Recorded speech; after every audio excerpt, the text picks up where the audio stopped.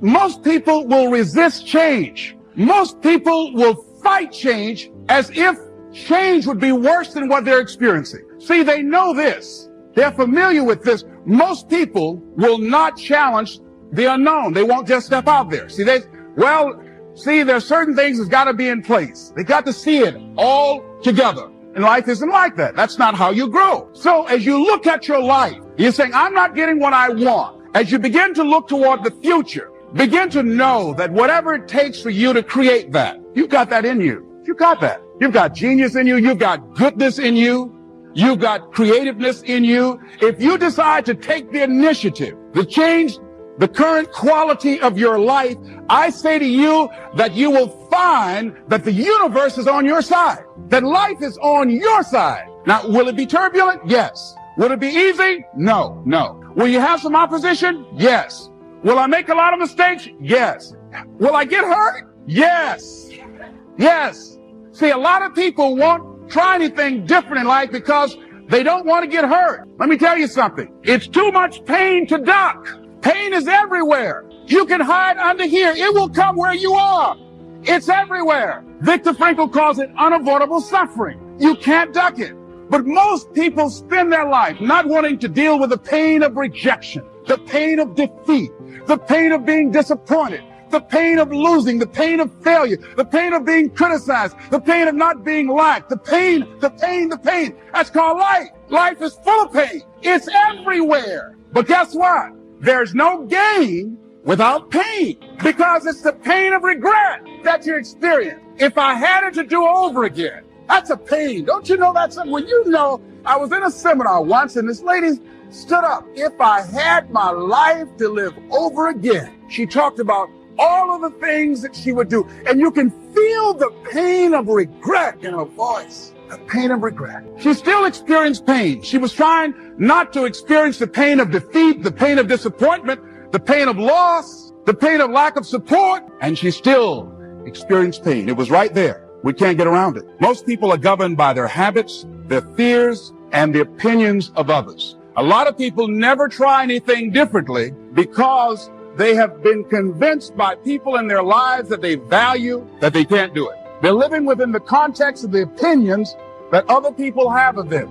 the low expectations. Many people doubt themselves because when they thought about doing something at some critical point in their lives, somebody they respected and honored, somebody they believed in, somebody that they loved, someone they trusted said, you can't do that. And they accepted that. As you look at your life, ask yourself the question, what would your life be like? What would your life look like if you decided not to care what people thought of you? You have to weigh out the benefits and the costs of doing this. And you have to weigh out the costs and benefits of not doing it. And that's not the same as the zero that you assume that you're starting with, right? Because to not make a decision also has a cost. And sometimes the cost of not making a decision is far worse than the cost of making a decision, even if the decision is risky. And so one of the things you can derive from that, and this is very useful, I think, is that this is also, I think, why it's so useful to contemplate your mortality, so to speak, is you're screwed no matter what you do, and that actually frees you, is that you have path A that has catastrophes and you have path B that has catastrophes, and you don't get to have the no catastrophe path, but you get to pick which one. And that's really something, because if you know that there's terrible risk associated with everything that you do and don't do, then you can afford to take some risks, because you're not, and this is all within the arc metaphor. I'm still making the case that despite the fact that your life is essentially catastrophic, you can make a covenant with the highest ideal, and that will take you through it the best way possible. I'm still making that case. So then you think, okay, well, I'm trying to make this decision. I'm going to go try to do something difficult. And isn't that terrifying? And then you think, yeah, but wait a minute. What's really terrifying is not doing it. And then you think about the cost of not doing it. So in the future authoring program, we have people do this little meditative exercise, which is, okay, just think about your insufficiencies by your own definition, right? The way that you don't do what you know you should do, about the things that you do that you shouldn't do, that you know you shouldn't do beyond a shadow of a doubt, right? There's some things like that. That's bad habits and poor aim and all of the resentment and hatred and aggression and unresolved conflicts and all those things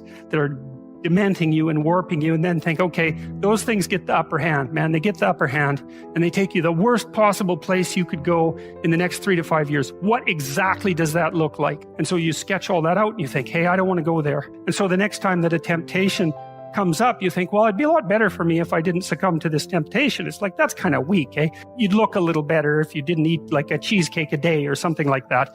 You know, that's something, but it's not the same as I'm going to have diabetes and I'm going to lose my damn leg in 5 years if I don't get my eating under control. That's motivating. And so then the temptation comes along and you think, oh, how about no? Seriously, how about no? Not just because a higher good would be obtained if I avoided it, but because a terrible catastrophe would be averted if I didn't. And so, well, so you want to get your fear behind you, right?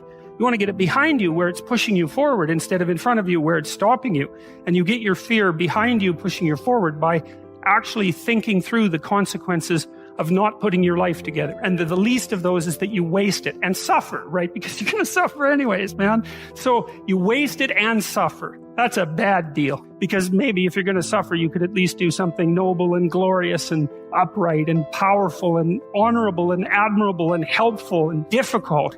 You know, that's just so much better. And maybe that's good enough so that you think, hey, you know, little suffering, it's basically worth it. At least it's a way forward, you know? At least it's a way forward. Certainty. When somebody is absolutely certain, the common word is believe, right? But, you can believe at a general level, or you can believe with certain. When you're absolutely certain that if I do this, it's going to get that result, and that result's going to change my life, you'll do it. When you think it absolutely is not going to work, you're never going to do it. The middle no man's land of maybe it'll work, maybe it won't, that's the piece that kills people, right? So if it's a must for you, you got to make it work. Right? In our case, right? It's an example. If it's not a must for you and you're not sure, you don't know what to do. So years ago, I'd look around and say, okay, how do people get themselves to follow through that haven't been following through? What's the difference? And I started interviewing hundreds of people, literally, and eventually thousands, because I had thousands of my events. So I'd ask the group to give me their feedback. And I came up with this model. It's like the holy grail of belief, or the holy grail of momentum. It's like the difference between what makes the rich get richer and the poor get poorer, right? And the difference we all know is mindset, but like, how's that built? So this is what I did. I created stupid little 4 little boxes, and I'll scribble it here for you. You think about the first thing that determines whether you can do something or not, and I put that in this first box at the top here on the left side, and it's potential. Like, what's the potential of a human being? Like, when you guys started, you proved something no one had done in history. You ran the 4-minute mile, right? For golly knows how many centuries, they're trying to run a 4-minute mile. Roger Bannister does it. How did he do it? You did it in this industry, right? You made $1 million in a day. No one had ever done that in history, right? After you did it, a bunch of other guys are doing it because it became possible. Roger Bannister didn't just go physically practice. He made a shift in his head. He practiced in his head because he could never achieve it physically. So he had to change in his head first so that the result became certain enough. He believed it, and then his body got him through.